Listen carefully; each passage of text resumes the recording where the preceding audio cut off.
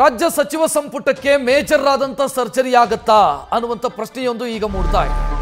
2.5 ವರ್ಷದ ಬಳಿಕ ಸಂಪುಟ ಪುನರ್ರಚನೆ ಫಿಕ್ಸ್ ಅನ್ನುವಂತ ಸ್ಥಿತಿ. ಮಂತ್ರಿಗಳ ಬದಲಾವಣೆಯ ಬಗ್ಗೆ ಡಿಕೆ ಶಿವಕುಮಾರ್ ಮಾತನಾಡಿದ್ದಾರೆ. ಈಗಾಗಲೇ ಕೆಲ ಮಂತ್ರಿಗಳಿಗೆ ಸಂದೇಶ ಕೊಟ್ಟಿದ್ದೀವಿ ಅಂತ ಡಿಸಿಎಂ ಹೇಳಿದ್ದಾರೆ. ಈಗ ಚೇರ್ಮನ್ಗಳನ್ನ 2.5 ವರ್ಷ ಮಾಡಿದ್ದೀವಿ, ಅವರಿಗೆ ರಾಜೀನಾಮೆ ಕೊಡಿಸಬೇಕು ಅಂತಂದ್ರೆ ಆ ದೇವರೇ ಕಾಪಾಡಬೇಕು. ಕೆಲ ಮಂತ್ರಿಗಳಿಗೂ ಕೂಡ ಸಂದೇಶ ಕೊಟ್ಟಿದ್ದೀವಿ, ಈಗ ಚರ್ಚೆ ಮಾಡಲ್ಲ. ಸಂವಿಧಾನ ದಿನಾಚರಣೆ ಕಾರ್ಯಕ್ರಮದಲ್ಲಿ ಡಿಸಿಎಂ ಡಿಕೆ ಶಿವಕುಮಾರ್ ಈ ರೀತಿ ಮಾತನಾಡಿದ್ದಾರೆ. ನಾವ್ಯಾವ್ದಾದ್ರು ಪಂಚಾಯತಿ ಮೆಂಬರ್ಗೆ ಚೇರ್ಮನ್ಗಳಿಗೆ 1 ವರ್ಷ ಮಾಡ್ಬಿಡ್ತೀವಿ, 6 ತಿಂಗಳು ಮಾಡಿರ್ತೀವಿ, 2.5 ವರ್ಷ ಮಾಡ್ತೀವಿ. ನಾವನ್ನ ರಾಜೀನಾಮೆ ಕೊಡಿಸ್ಬೇಕಾದ್ರೆ ಆ ದೇವರೇ ಕಾಪಾಡಬೇಕು ಅಲ್ಲ. ರಾಜೀನಾಮೆ ಈಗ ಬೇರೆ ಚೇರ್ಮನ್ರು ಬೇರೆ 2 ವರ್ಷ ಮಾಡ್ಬಿಟ್ಟಿದ್ದೀವಿ.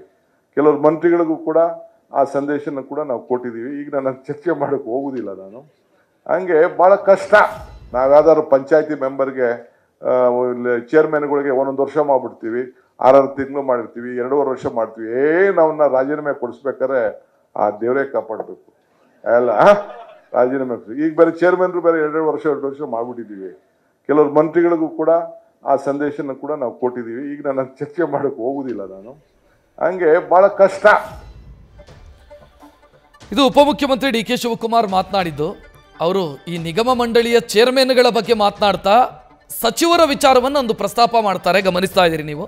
ಅವರು ಹೇಳ್ತಾರೆ, ನಾವು ಸಚಿವರಿಗೆ ಈಗಾಗಲೇ ಸಂದೇಶವನ್ನು ಕೊಟ್ಟಿದ್ದೀವಿ ಅಂತ ಹೇಳ್ತಾರೆ. ಅಂದರೆ ಆ ಸಂದೇಶ ಏನು? ಚೇರ್ಮನ್ಗಳಿಗೆ ಕೊಟ್ಟಿರುವಂಥ ನಿಗಮ ಮಂಡಳಿಯ ಅಧ್ಯಕ್ಷರು ಉಪಾಧ್ಯಕ್ಷರಿಗೆ ಇರುವಂಥ 2.5 ವರ್ಷದ ಡೆಡ್ಲೈನು ಅಥವಾ 2.5 ವರ್ಷ ಮಾತ್ರ ನಿಮಗೆ ಅವಕಾಶ ಅನ್ನುವಂಥ ಸಂದೇಶ ಸಚಿವರಿಗೂ ಅಪ್ಲೈ ಆಗುತ್ತೆ ಅಂತಂದರೆ ಇನ್ನೂ 1 ವರ್ಷ ಇದೇ ಮಂತ್ರಿಮಂಡಲ ಕಂಟಿನ್ಯೂ ಆಗಬೇಕು.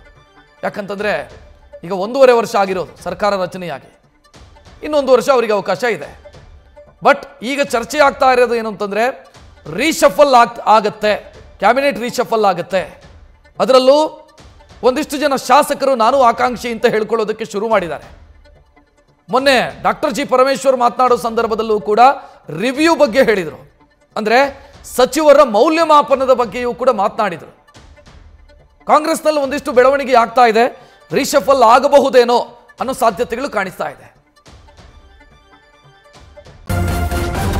ನ್ಯೂಸ್ ಫಸ್ಟ್ ನಿರ್ಭೀತಿಯಿಂದ ನಿಮ್ಮ ಪರವಾಗಿ.